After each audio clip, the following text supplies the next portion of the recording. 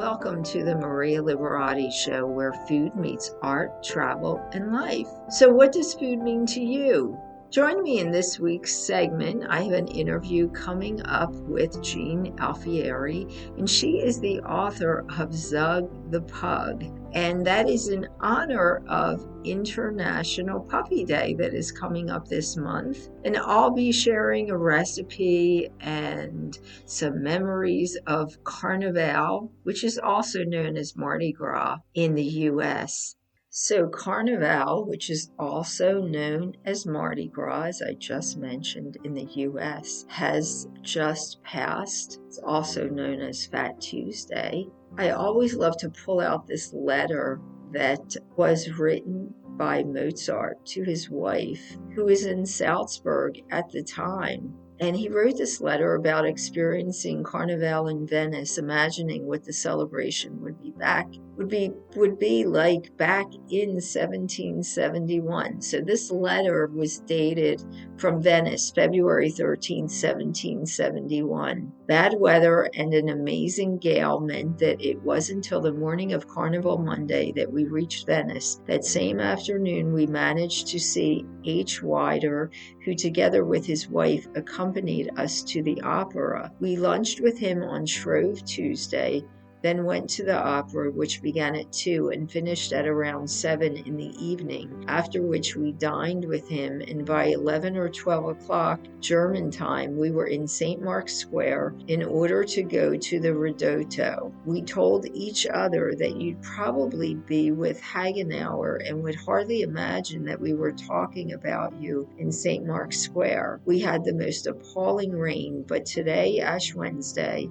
we have the most beautiful weather. Praise be to God, we're in good health. Who do you think we met in Brescia? We were on our way to the Opera Buffa there when we encountered Sra Angelica Maggiore, the prima donna, who's married to a tenor who is also performing there. She was very surprised to see us.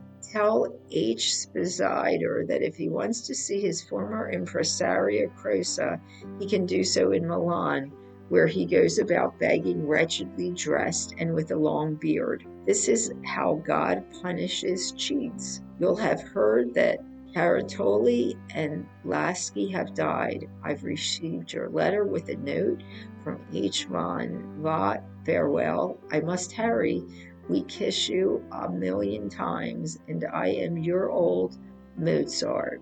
So one of my favorite recipes for this time of the year, it's actually a traditional recipe for Carnevale, and it's called Fratelli di Mele, which is fried apple, but it's a little more than just fried apples. So this is a recipe from my book, The Basic Art of Italian Cooking, Holidays and Special Occasions, 2nd edition. 3 eggs, half a cup of sugar, 2 tablespoons of grappa, 2 medium apples peeled, cored, and chopped into small cube-sized pieces, the juice of 1 orange, 3/4 cup of raisins soaked in 1 cup of warm milk to soften, 1½ cups of flour, 1 teaspoon of pure vanilla extract, the grated peel of 1 lemon or 1 orange, peanut or sunflower seed oil for frying. Soak the raisins in warm milk, prepare the apples and set aside in a bowl. Place eggs, vanilla, sugar, a pinch of salt, orange juice, orange peel, grappa, and blend together with a wire whisk. Add in flour sifted with baking powder a little bit at a time. Blend together till smooth mix is formed. And I think I forgot to tell you how much grappa to add in. So you want to add in 1/2 cup of grappa, which is an Italian liqueur. Okay, so where were we? So you're adding in the flour sifted with the baking powder a little bit at a time, and you're blending this all together till a smooth dough is formed. Then you're going to add in the apples and the soaked raisins. Drain the raisins though, and then add them in. They should be nice and soft. Blend all together well. Heat the oil in a deep pan or a fryer. Drop the dough in small balls into the hot oil. When the dough is golden brown, remove with a slotted spoon Place on paper towel and let the towel absorb excess oil before sprinkling with powdered sugar and serve. These are the perfect sweets to celebrate Carnevale. Hi, and I am here with Jean Alfieri. She's an author and a fellow dog lover, and she has such fun books. So I have her here today, not only because her books are so special, but it's also International Women's Month. But Jean is going to tell us about her book series, just all about, well, she's doing so many things. She's a professional speaker also. Jean, thanks for joining me today. Welcome. Thank you for having me, Maria. I love your show. Thanks for having me. Thank you. And I'm a fan of your book series, especially. I love Zuggy the Pug. Thank you. And Jean, tell us, how did you become such a big fan of dogs? Well, I grew up with dogs, but oddly enough, they weren't my dogs. We lived in a very rural area. It was mostly horse farms, but all of those farms had dogs, and somehow they found their way to our house. And I'm sure I began begging and pleading for a dog probably as soon as I could start talking, but my parents were very resistant. And yet, by the time I was 5 or 6, I was able to convince my mom that when she went grocery shopping, she should bring home dog biscuits, even though we didn't have a dog, because all of the neighbor dogs visited. And of course, that just created more neighbor dogs finding their way to our house. And finally, when I was 7, I got my first dog. He was a red Doberman. He grew to 110 pounds. He was a monster of a dog and just incredibly lovable and protective, and I've been a dog fan ever since. That's definitely a special memory. So, do people really know what our pets are thinking? Do we really know that? I think so, and I can only offer you that I know what my pets are thinking, and you can tell me, Maria, because you have a beautiful little Karen Terrier that we occasionally get glimpses of, and I'm sure you know exactly, at least around here at dinner time, I am constantly hearing that they're starving to death. And if I don't feed them fast enough, they're going to die. Right. So, I mean, it's always that little bit when they turn their head, when they wag their tail, their body language, and all of them have their own unique personality. So it's kind of fun to put words to what they're thinking. But yes, I think as we grow close to our dogs and build that bond, we have a sense of what they're thinking. I was just going to add that in. I think if you have a bond with your pet, that's how, yes, you understand them very well. And it's very special for, if people don't take the time to do that, I think they're missing such a special part of that relationship. You really have to take the time to bond and understand your dog. Definitely understand. I agree. And you know what's interesting to me is I believe they know what we're thinking too. I think that's how they're so sensitive to when we're sad, that often they come up and will try and just interfere, if you will, and be there and distract us. And when we come home in the evenings, right, as soon as we enter the house, there's an excitement about us being back. And I really think they feel what's happened in our day and how we are. Yes, she amazes me because sometimes you're absolutely right. She knows things that they sense that you just wouldn't think they would know, but they know that. So listen, how many, do you just have one dog or do you have more than one? So we have 3 right now. My husband prefers 2, but we've been able to manage space very well for 3. We have a 6-pound toothless Chihuahua. He is 14 and he runs the show in the house. He's the smallest and the mightiest. Wow. And then we have a 25-pound 8-year-old blind pug. Her name is Princess Zoe. She is the queen of the house. Just ask her, she'll tell you. And then we most recently adopted a 7-year-old Airedale Terrier. And she is a former show dog. She is absolutely beautiful. Her name is Silly Sally Sue. We are very big proponents of adopting senior dogs. We love the older mutts in the house. Oh, well, that's really, really nice. And so do all of them get along? They all do get along. They enjoy sometimes having their own space, but they know how to claim it. And so, yeah, they do. And we're very fortunate that way. It's not easy to find three all the time that will work together, but we've been very fortunate. Yes, yes. I love it when the dogs all get together. But I find that too. Like she loves having her friends over because I do play dates, but all of a sudden she just, all of a sudden they want their own space every so often, So yep. And Karen Terriers are very personable dogs, right? But they're also rather guardish. I mean, they are, yeah, they like to protect. Yes, that's absolutely right. I didn't realize that, but what you're telling me is absolutely right. That's absolutely how she is. Definitely very personable. She has, I mean, everybody in our neighborhood knows her, and I get texts from people asking me, like, where I haven't seen Sweetie Bear this week, can we see her? So I actually, when we walk, I actually have to stop by. There's a few neighbors that just love seeing her. So she's like the personal gadabout, but you're absolutely right. Isn't that funny? I noticed that too in our neighborhood. It's great. Uh-huh. The kids identify our pug as being Zuggy, as the main character of my book. And so it's just adorable to me when they come over for Halloween, of course, not this past year, but in years prior, when we open the door, oh, it's Zuggy. I'm like, they don't even know who we are. They know who our dog is. Exactly. The kids in the neighborhood, exactly. And it's funny when they're going to school, if they see us, they'll roll the window down and they call her name out. They don't know me, but they know Sweetie. You're absolutely right. And that's the same thing for Halloween. Yes. Oh, that's so funny. So how about the pandemic? How has the pandemic influenced people's bond with their dogs? I believe they've really impacted them and making them grow stronger because we've spent so much more time with our dogs than we would have previously. I don't know if you saw the statistic out a couple weeks ago from the American Pet Products Association. Their statistic is that 12.6 million American households became pet owners between March and December of 2020. That's just amazing. So I believe we've become closer. And what I'm concerned about now is that we need to pay attention to signs of separation anxiety as we shift back to being away from home, because it just is only natural now that they like us being around. And I think there was some anxiety when we were always underfoot and now we're going to be gone.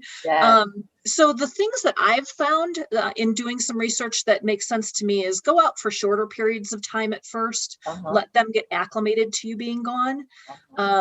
Don't make a big fuss out of coming and going. So, you get your dog all excited. Hey, I'm going, take care, be good. And they are all wired up when you're leaving. Just exit the house. And same as entering, don't make it a big deal so they don't get all spooled up that you're coming or going. And, there are calming supplements out there too that we've used on previous pets that we've had. And be aware of how long they last. So calming products are good, but they're only good as long as they last. And each dog is different. So you may want to inquire with your vet and explore what works for your dog. And most of all, just be patient with them. Yes, that's really important. Definitely. I know they get so used to you being at home, and then absolutely right with that anxiety with if people aren't around as much as they're used to. People don't realize, I think, that dogs are, I always say dogs are people too, meaning they have their own, personalities and all too. So, but yes, that's really important. Thanks for bringing that out. And you're absolutely right. I have heard that more and more people are adopting and have adopted. So, I guess that's definitely a good thing. But, I know your books are all about special memories of your dog. So what can you tell us, like, what magical things happen when we write down our memories? Oh, yeah. So writing down how we feel really provides a sense of accomplishment and allows us to organize our thoughts. It helps to put things in perspective. It helps us vent emotions, good and bad. And it's been recommended for decades as a therapeutic way to address sadness or depression. So I have a set of journals. Last year, I created Blessed to Be Me.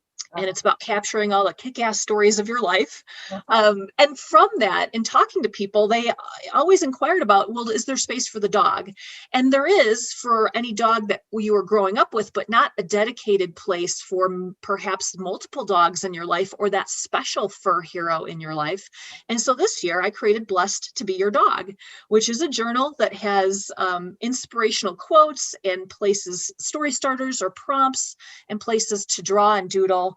And really it's a couple of things. It's to capture those memories because it's just fun to look back on them. But also, if you choose, it can be a treasured legacy. It can be a keepsake for loved ones or, somebody else who might want to look back at those special times. So I have to say, living through a pandemic is an incredible thing to be able to document because no one else will know what it was like to live through this before there was a vaccine. I mean, we're already moving toward the other side of that. So this past year has just been incredible in many ways, bad and good. And it would be an amazing time for people to capture what's happened in their lives through either of these journals. And they're actually both available via Kindle. If you have your own special book that you'd rather write in and just pull the prompts from, you can do that too. That's great. And that's great. Yes. It's, I always say, try to find a way to make, how do they say, lemonade out of lemon. So this is a Yes. time that, use it to do just like you said. And it's a unique time. No one's really gone through this time. And it's something that, if you record your memories about, I'm sure there are special things too, as you were talking about. I think people have actually had a chance to bond with their dog because you're closer to them, you're at home. So there's Right. got to be lots of special memories that you definitely want to record. Absolutely. And write about, definitely. Well, Jean, I know you mentioned, which I think is such a nice thing, that when you've lost your beloved fur family member, to cope, your family has a lovely tradition of telling their favorite stories about that dog at the dinner table, which it's always nice to hear that you share at the dinner table.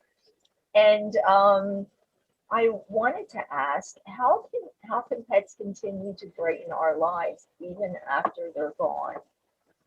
Yes, we share memories for years. There's those stories that stand out that we find decades later we're even telling. Rumble, who was the first dog I had, who I mentioned, he was a red Doberman, 110 pounds. He passed away in 1988 and we're still telling stories about him. One of my favorites was on Thanksgiving every year. My mom would not only create a beautiful turkey dinner, but she would cook the gizzards on the stove for the dog. And she would make a soup. There was vegetables and the gizzards and all that. And he knew it was for him. I don't know how they know, but whenever we're making something that's particular to them, they already sense that that's their treat. And so he was about 5 at the time, and he knew, right? He'd had 5 years of Thanksgivings behind him that this particular pot on the stove was for him. Well, it cooked all day, simmered all day. And I was at the counter getting other side dishes ready. And my mom fed the dog, fed Rumble, and he pounded the food into the bottom of his bowl. He stared at it, he sniffed it, he pounded it into the bowl, and he looked at my mom. And she's like, what's the matter with him? I'm like, I don't know. And so he continued to go through this process and then tried to tip the dog bowl over. He was having nothing to do with it. And we're watching all these antics going on till finally, and again, I say he's a big dog. He could lay his head down on our kitchen table. That's how tall he was. Yeah. He went over to the stove and flipped the pot top off of the pot that had his gizzards in it because she'd forgotten to put the gizzards in. And as soon as she saw him do that, she's like, oh my gosh, I forgot the gizzards. And I've never seen her so attentive to somebody serving them a meal. She promptly picked up his bowl, decorated it with all the good stuff from, the turkey gizzards, and put it back on and of course he totally consumed it. So, we remember every year after that he better not forget Rumble's gizzards or he will not be happy with his dinner. But yeah, it's just one of many. They touch our lives and with their special personalities so well that, yeah, we have those funny stories of them. That's such a special memory. Yes. And it's nice to be able to share that. with your family as a special memory of Thanksgiving. Well, Jean Alfieri, author and fellow dog lover and speaker, um, thank you so much for sharing with us and being here today. Jean, can you, why don't you tell everybody the titles of your books and where they can find you and what's Sure. up next? Thank you. Yes. So there are two different types. I have children's books with the title Zuggy the Pug. He's a rescue pug, and that's with a Z, like in zebra, Zugggy. Those are available on Amazon, and everything can be located through my website, which is Jean Alfieri, ALF like in Frank, IERI.com. www.jeanalfieri.com. And my recent guided journals are Blessed to Be Me and Blessed to Be Your Dog. Those are also available on Amazon and can be found through my website. I'd also like to offer, Maria, that if for your listening audience, I'd love to provide a free sample chapter of the new journal, Blessed to Be Your Dog. Yes. If they're interested, they can send me an email and I'll send them out a copy, right, of that sample chapter. It's and my email address is Jean, Jean, at blessedtobeme.com. That's B like in boy, LESSED, to be me.com. So if they're interested in a chapter, just send me a note. Oh, that's great. Yes, thank you. Thank you for that. Yes, I would definitely recommend my listeners to get definitely to get that chapter. Definitely. Thanks. Thank you so much. And yes, keep us posted on anything coming up. Anything coming up that you can tell us about. Well, I guess those are your new books, right? Yeah, Blessed to Be Your Dog just was released last month on National Love Your Pet Day. And so that came out in February. And we'll have this summer some new Zuggy material. We've got spooky ooky stories coming from Zuggy later this summer. Oh, that's great. That's great. It's always fun. They keep us laughing too, don't they? Yes, they do. You definitely need your dog. That's wonderful. Thanks so much, Jean, and stay in touch, and we'll be looking for those books and for you. Thanks again. Take care. Thank you. Bye-bye. Bye. Thanks for listening to the Maria Liberati Show. And thanks for joining in. And thanks especially to my producer, Britton Roselle, and this week's guest, Jen Alfieri. And please save the date of April 8th at 2 p.m. to join me for my Italian Easter bread bake-along. We did that last year. We had a lot of fun. So stay tuned. We haven't opened registration yet, but registration will open up on eventbrite.com shortly. If you'd like to be informed of when registration is opening, you can also join my newsletter at marialiberati.com and we'll send an email out to you, or just keep tuned to the Maria Liberati Show where we'll announce when the registration opens. And you can also find me on Facebook at Chef Maria Liberati, on Twitter at Maria Liberati, on Instagram at Maria Liberati, on LinkedIn at M Liberati. And let's see, my Roku channel, The Basic Art of Italian Cooking by Maria Liberati.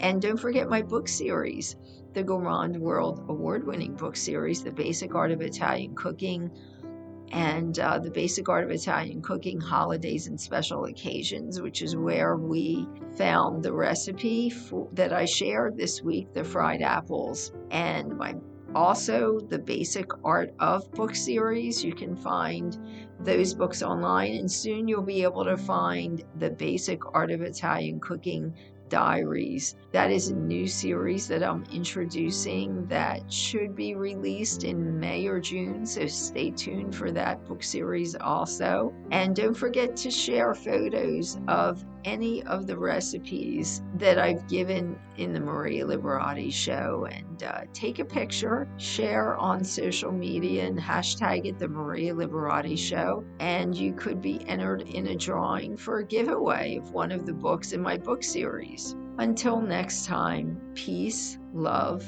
and pasta.